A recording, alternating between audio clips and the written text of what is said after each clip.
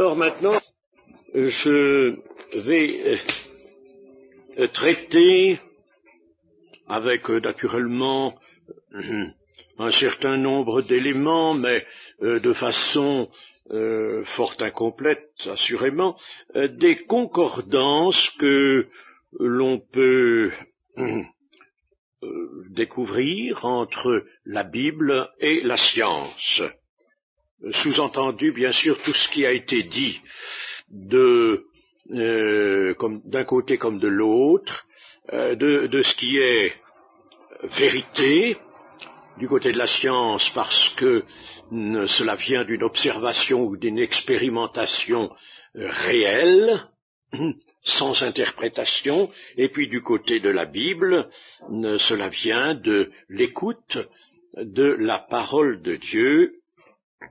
Alors, nous allons reconnaître certaines concordances entre les deux grandes sources de connaissances.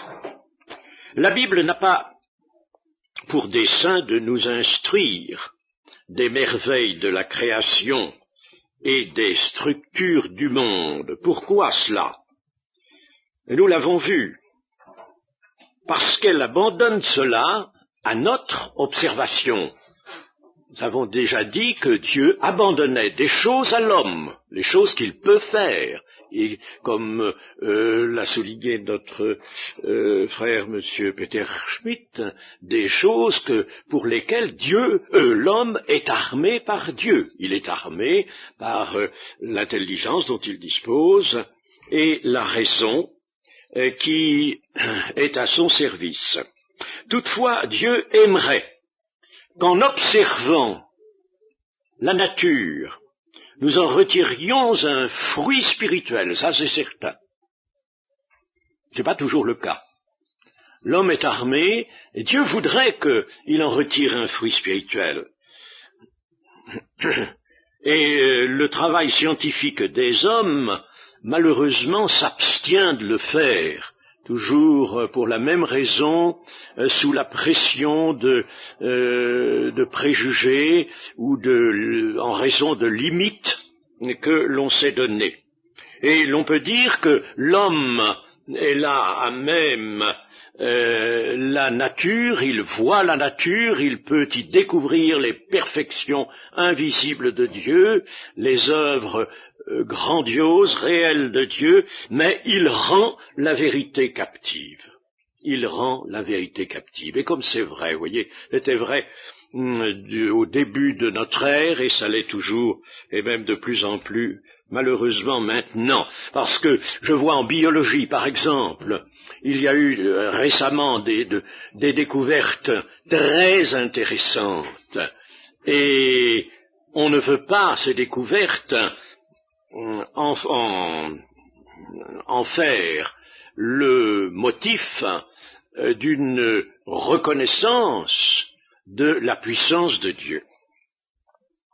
Observer et comprendre la grandeur et l'amour de Dieu, c'est à quoi l'Esprit de Dieu nous invite. Voyons dans Job, chapitre 12 et verset 7. Chapitre 12 et verset 7. Interroge les bêtes, elles t'instruiront. Les oiseaux du ciel, ils te l'apprendront. Parle à la terre, elle t'instruira. Et les poissons de la mer te le raconteront. Qui ne reconnaît chez eux la preuve que la main de l'Éternel a fait ces choses? Il tient dans sa main l'âme de tout ce qui vit, le souffle de toute chair d'homme. L'oreille ne discerne-t-elle pas les paroles, comme le palais savoure les aliments? Dans les vieillards se trouve la sagesse, et dans une longue vie, l'intelligence. En Dieu réside la sagesse, et la puissance, le conseil et l'intelligence lui appartiennent. Voilà ce qui devrait être, ce qui devrait découler de cette possibilité dont dispose l'homme de s'instruire, d'apprendre, d'observer la nature et les structures du monde. Le cadre de vie donné à l'homme est bien un témoignage de l'Éternel. Non seulement c'est le cadre de sa vie, mais il est aussi un témoignage de l'Éternel. Quant aux connaissances d'ordre pratique, comme devraient l'être d'ailleurs, toutes les connaissances acquises par l'étude, Dieu en abandonne la recherche à l'homme. Ce sont des connaissances qui sont à sa portée et il dispose pour cela de l'intelligence. Cependant, il était inévitable que, en certains passages, la Bible fasse apparaître des éléments de connaissances se rapprochant des connaissances que l'homme peut recueillir par lui-même. Ces éléments peuvent être rapprochés des connaissances, par conséquent, acquises par l'homme, et il peut y avoir lieu à comparaison. Alors, c'est ce que nous allons faire un peu. Nous allons voir quelques comparaisons sur des objets limités ou bien précis, et puis peut-être sur des objets plus larges. Premièrement, la constitution de la matière. Dans l'Épître aux Hébreux, au chapitre 11 et au verset 3, nous pouvons lire ce verset qui est bien connu. C'est par la foi que nous reconnaissons que le monde a été formé par la parole de Dieu, en sorte que ce qu'on voit n'a pas été fait de choses visibles. Différentes versions traduisent comme ceci: ce que l'on voit a été fait à partir de ce que l'on ne voit pas. Ceci, c'est la Bible en français courant. On peut retenir ceci: ce que l'on voit a été fait à partir de ce que l'on ne voit pas. Ce que l'on voit, dit la Bible de Jérusalem, provient de ce qui n'est pas apparent. Et dans la colombe, ce qu'on voit ne provient pas de ce qui est visible. Ce qui se voit, dit aussi Darby, n'a pas été fait de choses qui paraissent. Enfin, ça revient au même. Le visible est donc sorti de l'invisible. La matière est sortie de la parole de Dieu. Si nous examinons cette question d'un peu plus près, par exemple avec Jérémie chapitre 10 et verset 12, Jérémie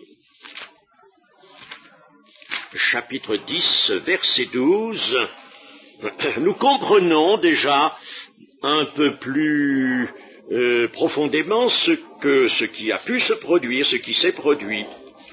Chapitre 10, verset 12. Il a créé la terre par sa puissance.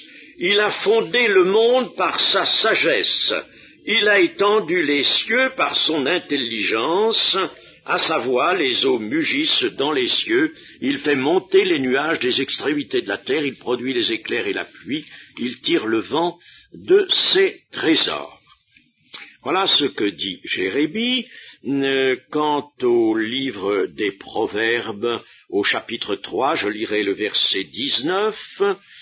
C'est par la sagesse que l'Éternel a fondé la terre, c'est par l'intelligence qu'il a affermi les cieux, c'est par sa science que les abîmes se sont ouverts et que les nuages distillent la rosée.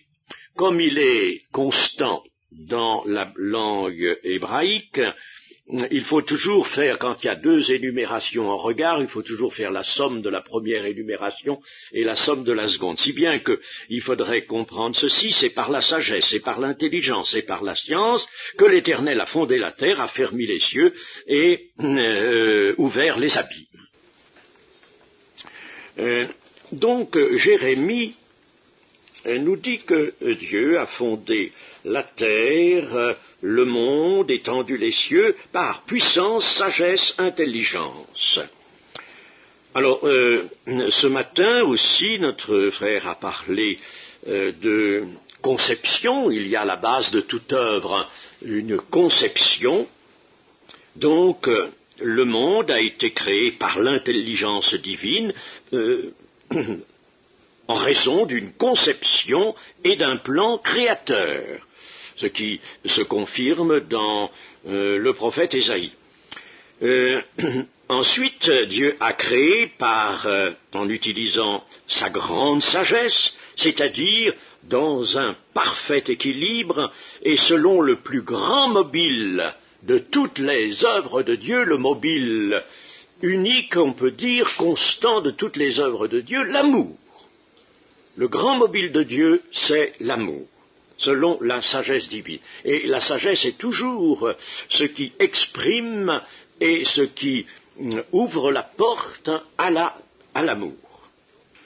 Et ensuite, nous voyons qu'est intervenue la puissance divine, ou, si vous voulez, l'énergie. La puissance divine ou l'énergie.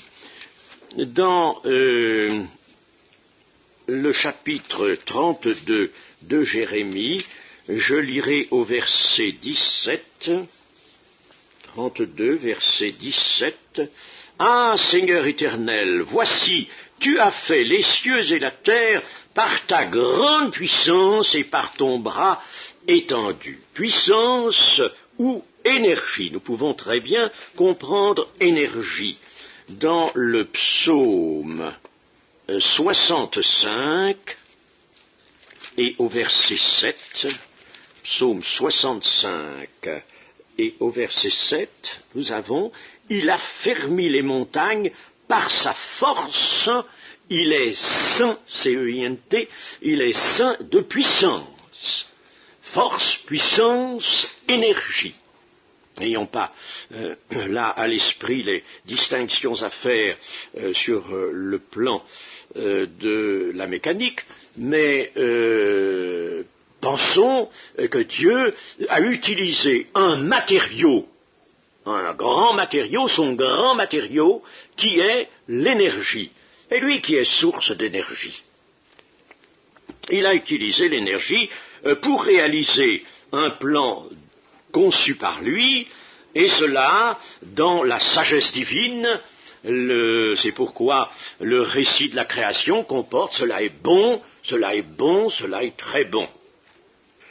En somme, donc, Dieu fit le monde par le matériau universel qui vient de lui, dont il dispose, et qui est l'énergie. Par sa parole, il ordonne. Il ordonne. Et il dispose de ce matériau, l'énergie, pour construire le monde, pour créer. Il édifie le monde au moyen de l'énergie ayant ordonné. Il ordonne et la chose se fait. Or, la matière est précisément un assemblage d'atomes, ce que l'Épître aux Hébreux disait depuis le 1er siècle de notre ère, alors que les hommes étaient loin de savoir de quoi l'atome pouvait être fait. La matière est un assemblage d'atomes, l'atome lui-même étant fait d'un noyau autour duquel gravitent des électrons en plus ou moins grand nombre et selon des éloignements du noyau différents. Ce noyau est lui-même fait de diverses particules, et ces particules, les particules qui composent le noyau, sont des grains d'énergie. Nous savons, on peut voir aujourd'hui, il y a de ça déjà pas mal d'années, au moyen d'un appareillage approprié, on peut voir des particules apparaître et disparaître, c'est-à-dire en somme de la matière se faire et se défaire. Je pense particulièrement aux expériences faites sur les mésons, les particules, les mésons. Alors ce noyau qui est fait de particules est donc en somme composé de grains d'énergie.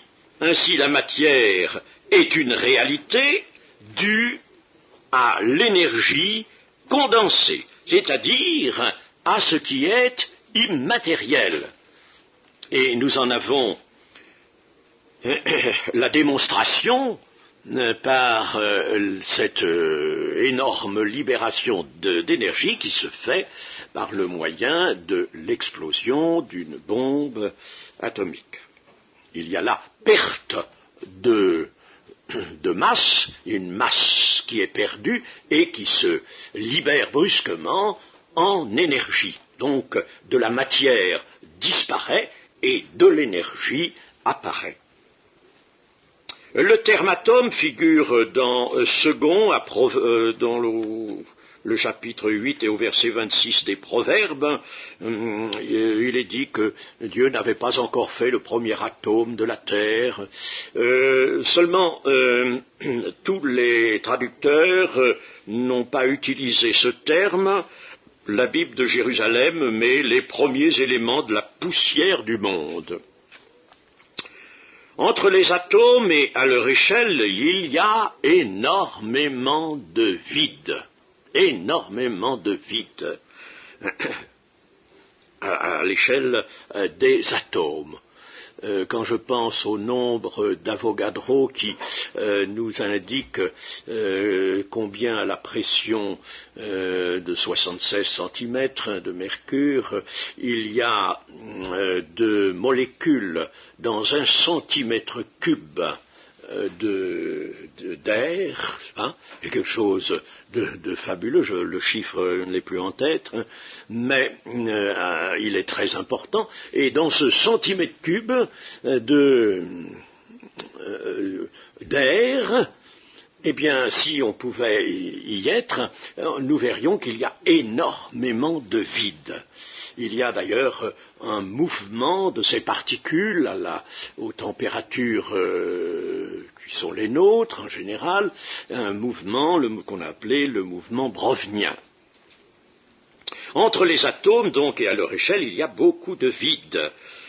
Si, par exemple, on mettait le noyau de l'atome à mettons Marseille, et que ce noyau soit de la grosseur à peu près d'une prune, eh bien l'électron lui-même se trouverait, mettons, presque à Avignon, voyez-vous, ou à Salon de Provence, voyez la distance qu'il y aurait entre eux.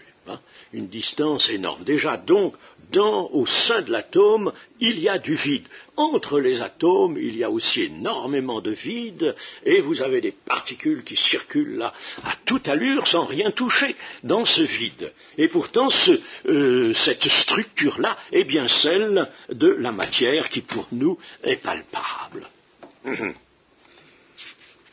La Bible, donc, elle nous montre comment Dieu a créé le monde et avec quoi il a créé.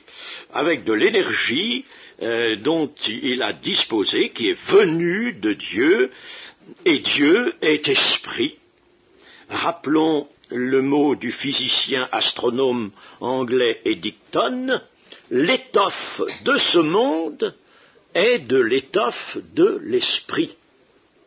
L'étoffe de ce monde est de l'étoffe de l'esprit. Et ça, c'est une chose que tout chrétien devrait avoir constamment présent à l'esprit.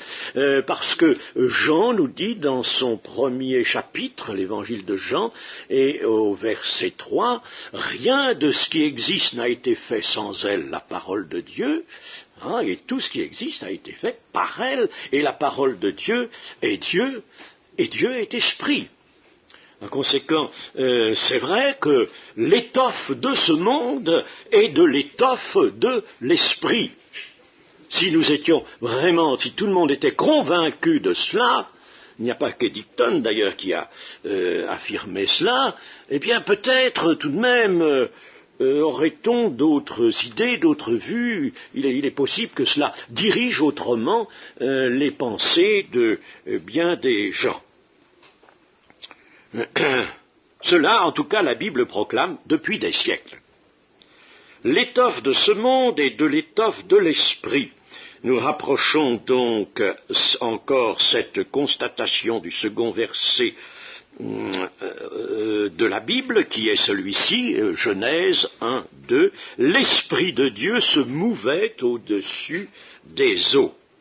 Et cela avant toute œuvre d'organisation sur cette masse, sur cette nébuleuse obscure, ça correspond à cela, qu'était la Terre à ce moment-là. Notre monde matériel est donc repu de puissance, d'énergie. Il est repu d'énergie. Nous en sommes nous-mêmes environnés. La matière, la lumière, le rayonnement solaire, la radioactivité, la vie. Nous sommes environnés de cette énergie, et je le redis, matériaux universels que Dieu utilise. Tous les actes de Dieu, la Bible nous le montre, sont des actes de puissance, donc d'énergie. Et Jésus nous invitait à comprendre cela. Je prends Matthieu, chapitre 22, et verset 29. 22, verset 29. Là, au sujet de la résurrection, Jésus dit « Vous êtes dans l'erreur parce que vous ne comprenez ni les Écritures, ni la puissance de Dieu. Vous ne comprenez rien dans les Écritures, ni dans la puissance de Dieu. Écriture, parole d'une part, puissance de Dieu, réalisation d'autre part. Et si vous ne comprenez rien là, vous ne comprenez pas ce qui est, ce que Dieu désire que nous comprenions. Dieu met aussi à notre portée certains aspects de ses œuvres. Il veut que nous comprenions. La puissance de Dieu dans le Nouveau Testament, en grec, s'appelle dynamis. Dynamis. Et vous voyez que ce terme est la racine de pas mal de mots que nous employons encore aujourd'hui. Dans Matthieu chapitre 6 et verset 13, Matthieu chapitre 6 et verset 13, ne nous induis pas en tentation, mais délivre-nous du malin, car c'est à toi qu'appartiennent dans tous les siècles le règne, la puissance et la gloire, c'est-à-dire la dynamis. C'est à toi qu'appartiennent la puissance dans tous les siècles et la gloire. Dans Luc 22, je ne veux pas vous prendre tous ces passages, Luc 22, 69, 24, 49, nous avons toujours ce terme dynamis. Dans Romains 1, 20 aussi, dans 2 Corinthiens 4, 7, enfin bien d'autres passages, la grande puissance de Dieu est à l'œuvre dans toutes les réalisations de Dieu, et dans cela dans tous les temps bibliques. Le psaume 145 nous parle de la puissance redoutable. Et ce psaume invite les générations à venir à proclamer la grande puissance de Dieu pour faire connaître sa puissance. Il y a donc primauté de l'énergie sur la matière. Le premier acte créateur que nous indique la Genèse est la création de la lumière. Cela avant l'apparition du ciel, ça pose quelques problèmes pour certains, avant l'apparition dans le ciel des luminaires et du soleil et de la lune. Cette forme essentielle d'énergie, la lumière, est primordiale. Et nous voyons là qu'il y a primauté à la lumière aussi sur la matière. Primauté à l'énergie sur la matière, primauté à la lumière sur la matière. Toutes les œuvres de Dieu commencent toujours par que la lumière soit. L'œuvre du salut aussi. Dieu a fait briller dans nos cœurs la face de Christ, et à cet égard, Paul rappelle ce commandement que la lumière soit et la lumière fut. Dieu a fait briller dans nos cœurs Et dans des psaumes aussi, nous avons ce désir d'être à la lumière des vivants.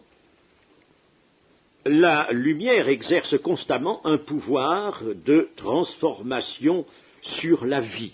De cela, nous avons bien sûr une attestation constante dans le travail de la photosynthèse chlorophyllienne chez les végétaux. Les plantes se nourrissent de ce qu'elles puisent, des matières minérales qu'elles puisent dans le sol et qui montent jusque dans les feuilles, et là, la lumière intervenant, la lumière du soleil intervenant, ces plantes, la chlorophylle élabore la sève vivante à partir de ces éléments chimiques tirés du sol.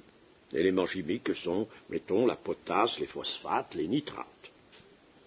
Le premier acte de l'action créatrice, donc, est que la lumière soit. Et différents passages dans le Nouveau Testament nous rappellent cela. Dieu est lumière, par exemple. La lumière qui baigne la terre encore informe au premier jour n'a pas de source. C'est ce que je disais dimanche après-midi à quelqu'un qui nous questionnait à ce sujet, nous faisant remarquer que les luminaires n'ont été placés qu'au 4e jour de la création. Alors, dans Ésaïe, par exemple, 60, chapitre 60, verset 19, ce ne sera plus le soleil qui te servira de lumière pendant le jour, ni la lune qui t'éclairera de sa lueur, mais l'Éternel sera ta lumière à toujours, ton Dieu sera ta gloire. Il s'agit là, c'est une allusion à la nouvelle terre, nous retrouvons cela dans l'Apocalypse, mais croyons bien que le cadre que l'Apocalypse nous décrit sous la désignation de la nouvelle terre, Nouvelle Jérusalem, la nouvelle terre, ce cadre est un cadre concret. Non pas, il ne s'agit pas là d'une description qu'il faut entendre comme uniquement et n'ayant d'autre portée qu'une signification symbolique, pas du tout, parce que cadre concret, il le faut, étant donné que les hommes seront ressuscités, ils seront dans des corps appelés célestes et spirituels, pour des raisons très apparentes dans l'Écriture, corps céleste, corps spirituel, corps qui ne peut plus mourir, mais corps tout de même, le Seigneur Jésus l'a bien montré, ce n'est pas quelque chose d'immatériel, il y a là les corps ont une substance tout à fait différente, ils ne sont plus tirés de la poussière de la terre, certes, mais ce sont quand même des corps. La résurrection, là, c'est une promesse absolument formelle, et non seulement cela, mais qui a une place importante dans les œuvres encore à venir de Dieu. Eh bien, pour mettre des hommes qui ont des corps, il faut un cadre concret. Et enfin, dans Ésaïe 45, verset 18, « Car ainsi parle l'Éternel, le Créateur des cieux, le seul Dieu qui a formé la terre, qui l'a faite et qui l'a affermie, qui l'a créée pour qu'elle ne fût pas déserte, qui l'a formée pour qu'elle fût habitée. Je suis l'Éternel, il n'y en a point d'autre. » Nous voyons qu'une affirmation ici, dont nous ne comprenons pas tout de suite l'intérêt. Dieu a créé la terre pour qu'elle ne fût pas déserte, il l'a formée pour qu'elle fût habitée. Et pourtant, nous sommes fondés à voir ici que la présence de la vie n'a pas été constatée ailleurs. Ces versets nous montrent que la terre a le privilège de porter la vie, d'être le cadre de la vie. Le biologiste Vondel pense que la terre jouit d'un privilège et que la vie n'a pu apparaître que sur elle. On a trouvé sur des météorites des matières carbonées, mais ces matières ont une origine abiotique, ne provenant pas de la vie. Sur Vénus, par exemple, aussi, que l'on connaît un peu mieux maintenant, la température atteint environ plus 475 degrés, la pression 90 atmosphères, et il n'y a pas de traces d'oxygène. La vie telle que nous la connaissons sur la Terre ne peut pas, évidemment, exister dans ce cadre. Voyons maintenant quelques avis d'hommes de science.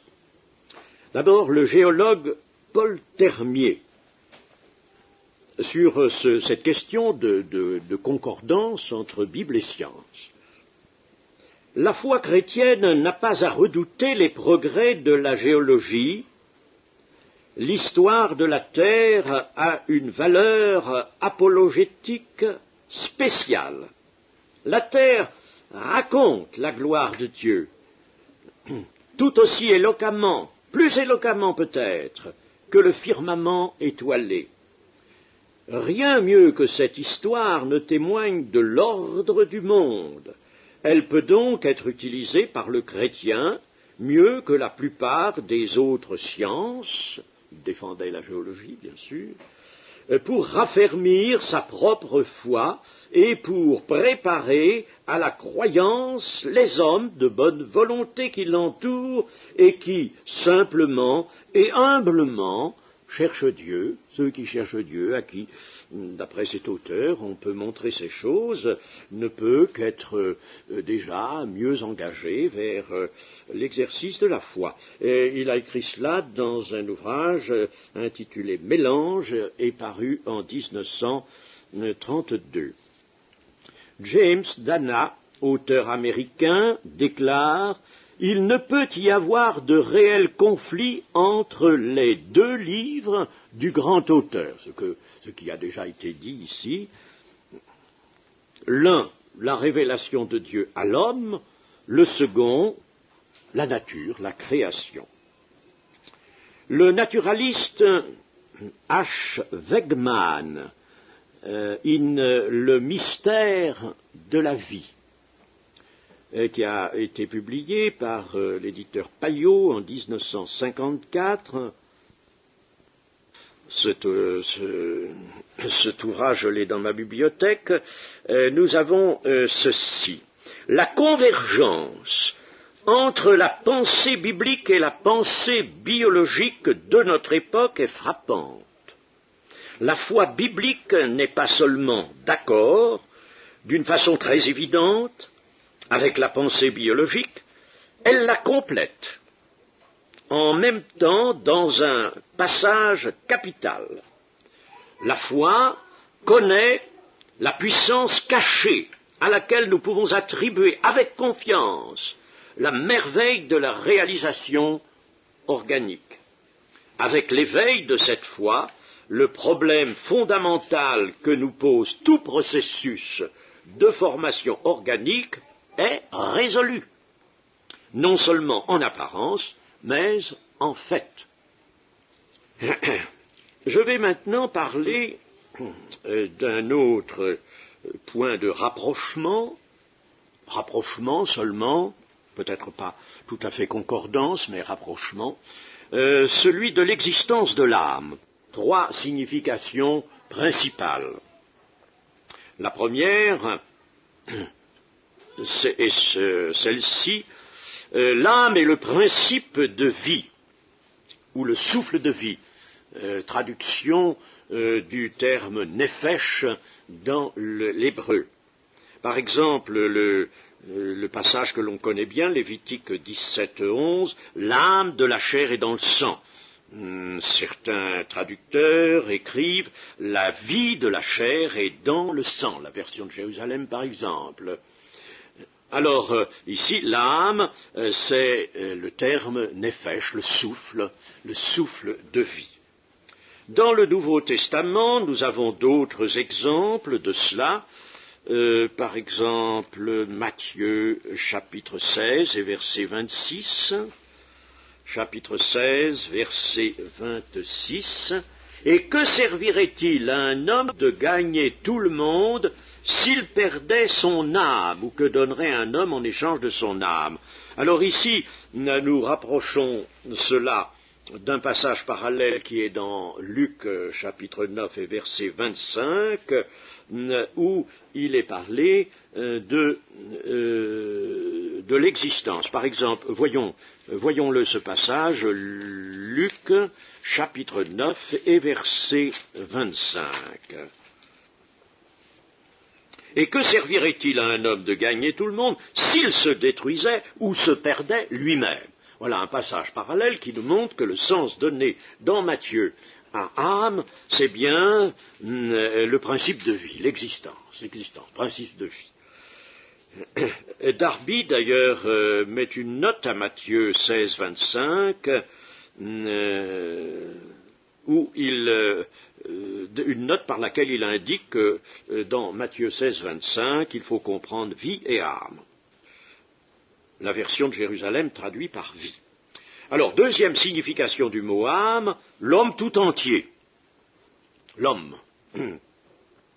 Mais surtout la partie pensante de l'homme, qui est le siège de son moi, de sa vie personnelle.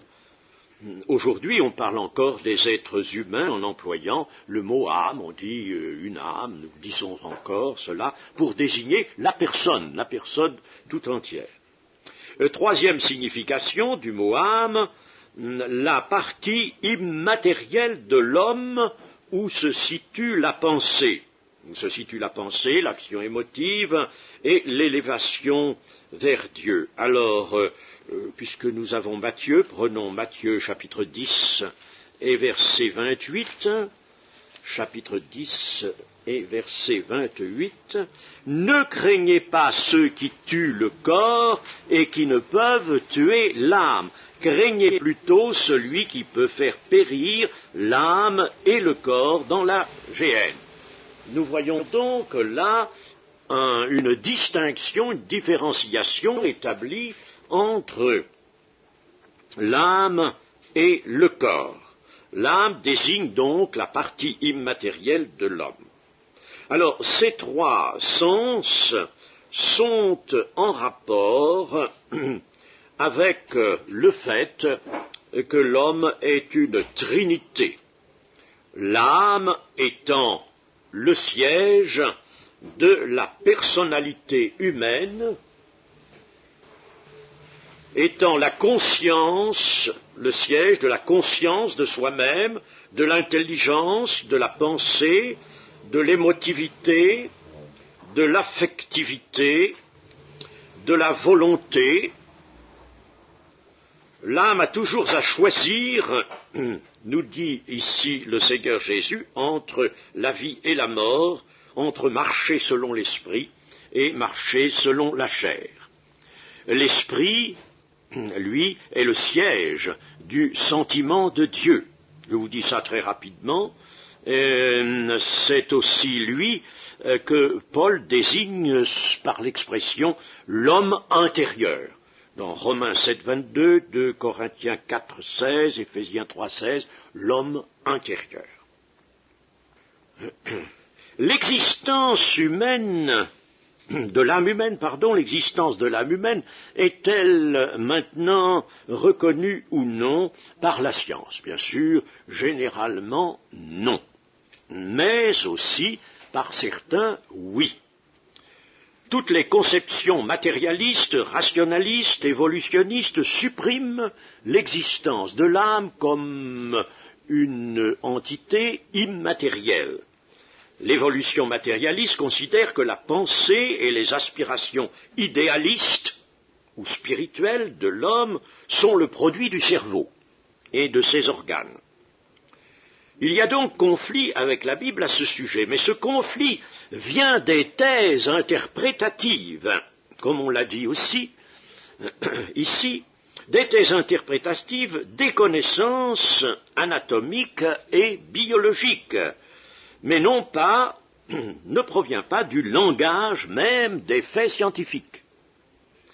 Et si l'on veut mieux connaître le langage des faits scientifiques, eh bien, il faut s'adresser évidemment à certains auteurs qui l'ont recherché et qui ont réussi tout de même à le mettre partiellement en évidence. Je pense d'abord à Henri Baruch, membre de l'Académie de médecine, psychiatre, professeur de psychiatrie, qui déclare ceci: dans nos travaux de neurochirurgie sur les localisations cérébrales, dans notre thèse sur les troubles mentaux dans les tumeurs cérébrales, comme dans nos études en Hollande à l'Institut du cerveau, nous avons vu les limites de l'interprétation cérébrale. Nous avons constamment souligné le fait que l'hypertension intracrânienne des tumeurs cérébrales détermine un ralentissement de l'expression dans la confusion mentale, mais cela sans atteindre la personnalité. La personnalité, ailleurs, le même auteur parlera carrément de l'âme. Ici, il emploie ce terme personnalité. D'ailleurs, il n'est pas seul à avoir conduit ses travaux. Il était notamment avec un autre chercheur en psychiatrie, Babinski. Sans atteindre la personnalité qui continue de lutter contre cette résistance. Ces faits ont été confirmés par Vermeulen de Bruxelles. L'âme, vous voyez ici même il reprend le mot âme, l'âme reste donc derrière toutes ces manifestations. Le XIXe siècle et le début du XXe, oui, je ne vais pas vous lire tout le passage de cet auteur, ça ferait peut-être un peu trop. Je vais vous lire à partir d'un passage un peu plus éloigné. L'évolution matérialiste de la pensée scientifique avait donc éliminé la notion de l'âme. Et ainsi les manifestations spirituelles de l'homme étaient censées être le seul produit du cerveau. Or, les travaux modernes montrent que cette systématisation matérialiste est fausse. Notons ceci par exemple. L'hypertension intracrânienne des tumeurs cérébrales provoque certes un ralentissement de l'expression sans aucunement atteindre la personnalité. Bon, ça c'est une redite de ce que j'ai lu tout à l'heure. L'âme reste derrière ces manifestations pathologiques. Dans des cas d'aphémie ou d'aphasie, le malade peut être privé de la parole et des moyens de communication avec ses semblables, pourtant son âme reste étonnamment vivante, vibrante dans son amour exalté et dans la plus haute élévation spirituelle. Et je ne peux pas ne pas céder au plaisir de vous lire ce qu'ensuite a écrit Henri Baruch qui a été publié en 1981. C'est alors, le psychiatre devient l'homme de foi, il est un israélite. C'est alors que l'on touche le message des grands inspirés hébreux, des patriarches, de Moïse et des prophètes, et de leur conception de l'être humain. L'être humain, suivant ce message, est formé d'une nature animale inférieure, nature faite de désirs instinctifs visant à l'autosatisfaction ou à l'expansion, désirs ne connaissant ni le bien ni le mal, ni le juste ni l'injuste, sous-tendu par l'instinct sexuel de jouissance corporelle. Et d'un autre côté, la partie divine par laquelle l'homme a été fait à l'image de Dieu, partie divine qui a dicté à Abraham le message d'amener sur terre le mishpat et la tzedaka, c'est-à-dire le droit, la justice et la charité, et qui a été inspiré par la vie émouvante de Jacob, symbole de l'amour de l'homme pour sa femme, amour qui préfigure l'amour de Dieu et la vie éternelle. Dans cette optique, l'inspiration divine ne vise pas à détruire la nature, ni, comme dans la vision de Saint Michel, à écraser le dragon qui est dans l'homme, mais à élever et à humaniser cet animal par l'inspiration divine pour transformer son cœur de pierre en cœur de chair. Mais notre époque, aveuglée par l'orgueil des progrès techniques, s'est détournée de cette inspiration essentielle. D'un côté, Freud a rétabli la divinisation de l'instinct, du désir de la nature animale de l'homme. De l'autre, Carrel a introduit l'idolâtrie biologique avec la divinisation de la force et le rejet des faibles. De l'autre, on a déformé la justice en la réduisant à l'envie et à la revendication des masses, au lieu, suivant l'expression de Babinski, de la soumettre à la vérité, à cette vérité exaltée dans les psaumes, qui soutient ceux qui tombent, guérit les malades et libère les opprimés, à cette vérité, seule source de la paix, de la vie et de l'épanouissement des sociétés humaines. Une science que j'aime bien. Si les hommes scientifiques tenaient toujours un tel langage, ce serait vraiment quelque chose de très, très agréable.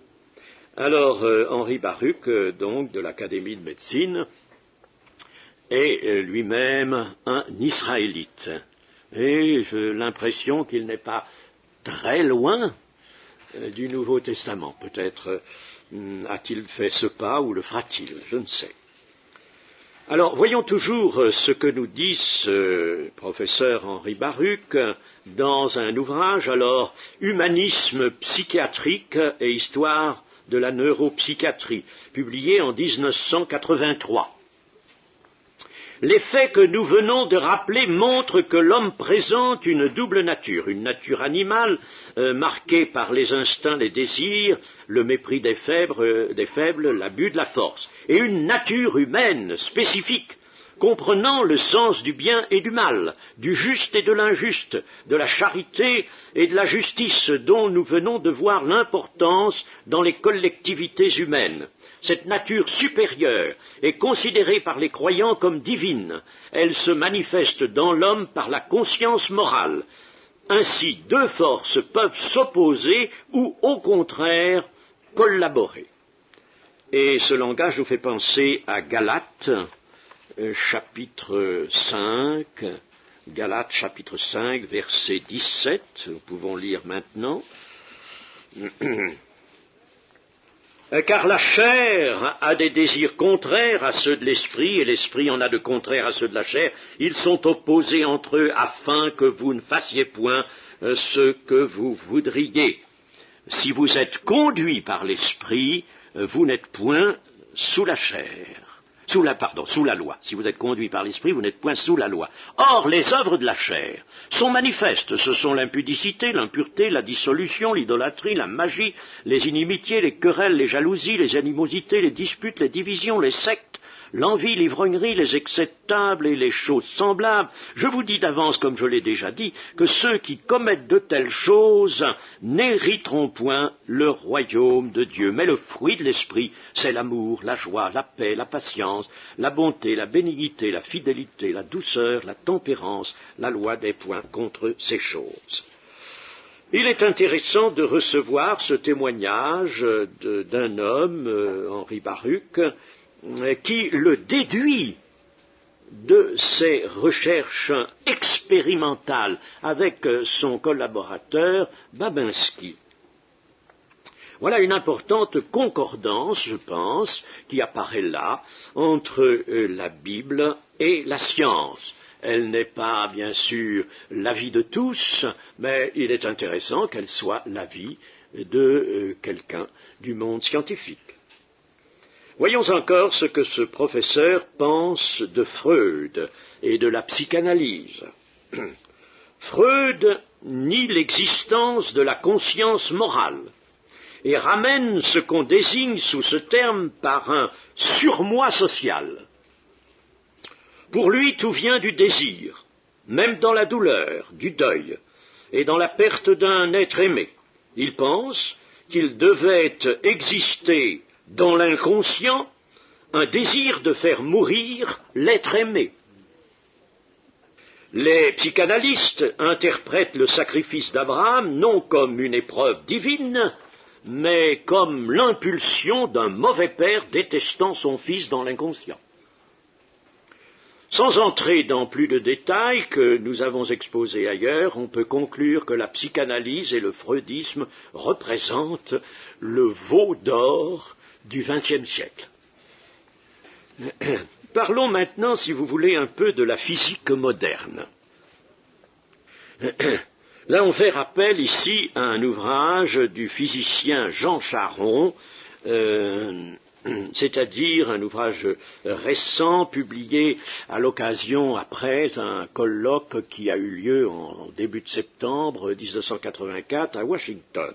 Ce livre s'intitule « L'esprit et la science, imaginaire et réalité », publié par Albin Michel en décembre 1984.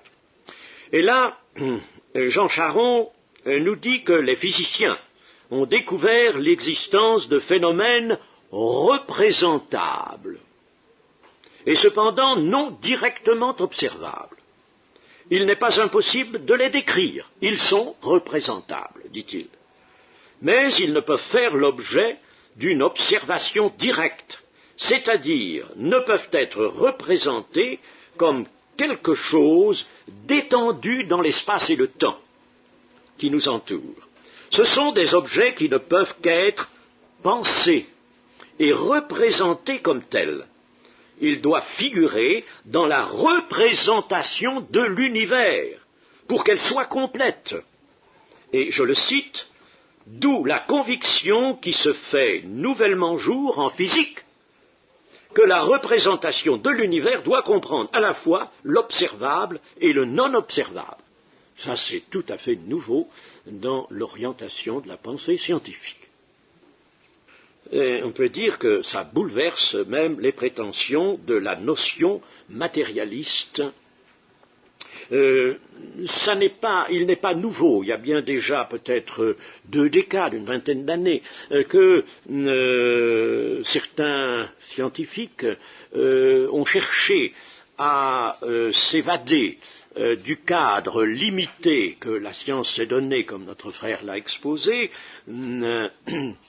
et cherchaient à adjoindre aux recherches qui s'opèrent dans le cadre de l'expérimentation, de l'observation, de l'expérimentation, chercher à joindre l'irrationnel. Il y a eu des ouvrages à ce sujet qui datent déjà de peut-être 15-20 ans sur cette tendance à rechercher une issue du côté de l'irrationnel. Mais jamais à ma connaissance, on avait exprimé ce que je viens de vous lire. Disons un mot de la psychologie moderne. La Bible nous enseigne la nouvelle naissance, vous le savez, venant après le dépouillement du vieil homme ou le renoncement à moi. Que celui qui veut venir après moi, disait Jésus à toute une longue théorie de gens qui le suivaient, que celui qui veut venir après moi renonce à lui-même et qu'il se charge de sa croix et qu'il me suive. Le renoncement à soi, nous le trouvons encore exprimé dans Éphésiens 4, chapitre versets 20 à 24, et dans Matthieu 16, par le Seigneur Jésus lui-même. Or, n'est-il pas extrêmement intéressant d'entendre un professeur de psychologie à l'Université de Montréal, Jean Lered, alors toujours dans le même ouvrage, nous dire ceci. Le moi, c'est aussi la conscience hyper-rationalisée et intellectuelle, pseudo-intellectuelle, qui a étouffé l'intuition. Le moi c'est le produit direct de la pensée objective, de la pensée scientifique, lorsque cette dernière fait de l'être humain un objet et le traite comme tel, au nom d'une objectivité valable en effet dans les sciences de la matière, mais mutilante et foncièrement irréaliste lorsque cette objectivité prétend appréhender la totalité de l'être humain. Elle n'en saisit que l'aspect extérieur, matériel ou social, et en ignore l'aspect intérieur, l'aspect subjectif, où l'être humain se révèle être un sujet. Le moi objectif, objectivisé, réifie l'être humain, c'est-à-dire en fait une chose, réifie l'être humain, le déshumanise, tue en lui les sources de la vie et de la créativité intérieure, tue en lui la fonction de l'adaptation au réel, en réduisant ce dernier au seul monde matériel et à la raison, qui est le reflet de ce monde matériel dans les structures de l'esprit humain. Et Jean le Raide de conclure que la mort du moi, de ce moi dont il vient de parler, la mort du moi et la nouvelle naissance sont les conditions fondamentales d'un retour à la réalité perdue, d'un retour à une vision du réel et à une pratique de la vie réaliste et équilibrée.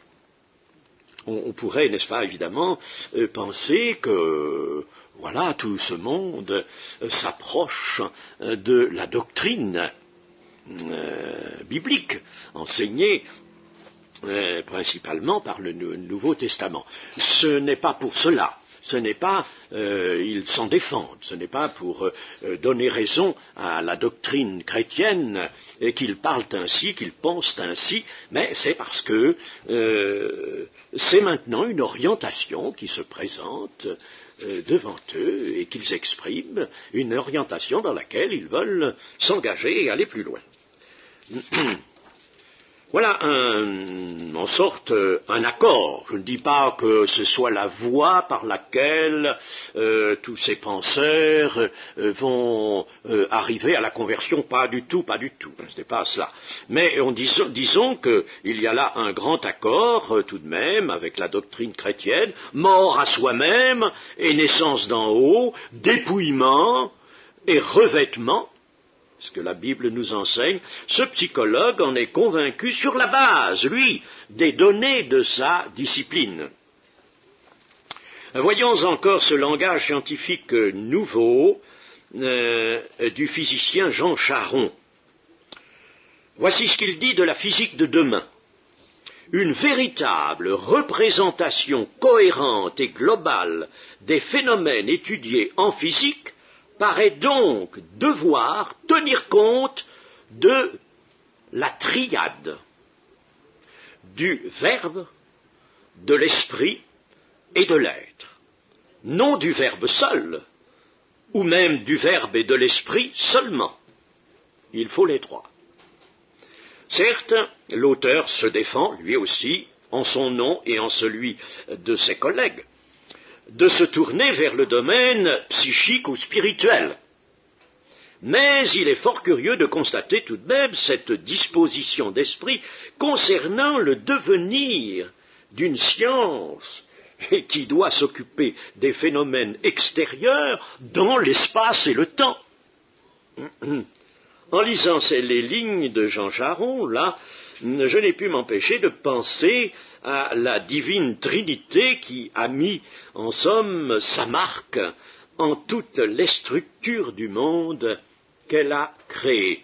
Et alors, il fait un schéma, Jean Charron fait un schéma, il trace dans le haut de la page, le haut du tableau, un grand cercle. Au milieu de ce grand cercle, il met l'être avec un grand T.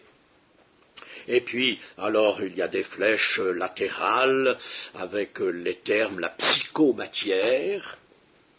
Dans le cercle Puis en dessous du cercle, alors là, il y a encore une flèche vers le bas.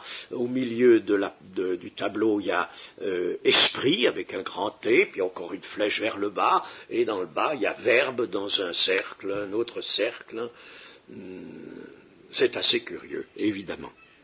On ne sait pas très bien d'ailleurs ce qu'ils expriment, enfin j'espère qu'ils le savent eux, mais on ne peut pas, il n'est pas facile d'ailleurs, certains intervenants dans ce colloque l'ont bien dit, mais ils sont tous quand même, ils paraissaient tous d'accord avec Jean Charron. Il y avait quand même en général un accord, puisque les communications sont suivies des discussions qui ont eu lieu après. Le mot âme, je vais encore vous dire quelque chose du mot âme. Alors là, selon le biologiste espagnol José Delgado de Madrid, qui est directeur du département de recherche, c'est un biologiste.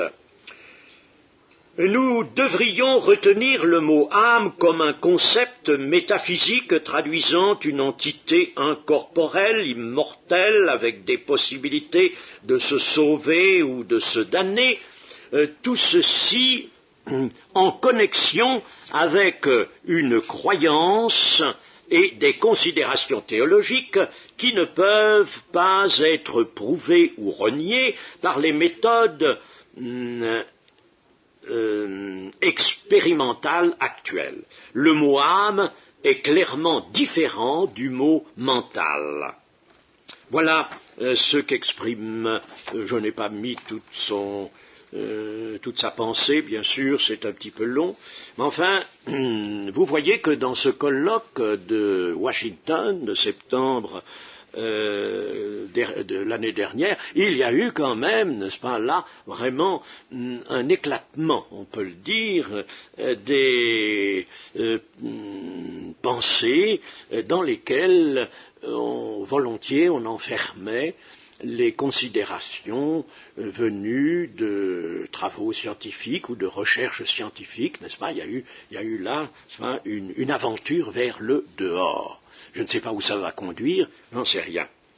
On le verra bien. J'espère qu'on le verra par la suite.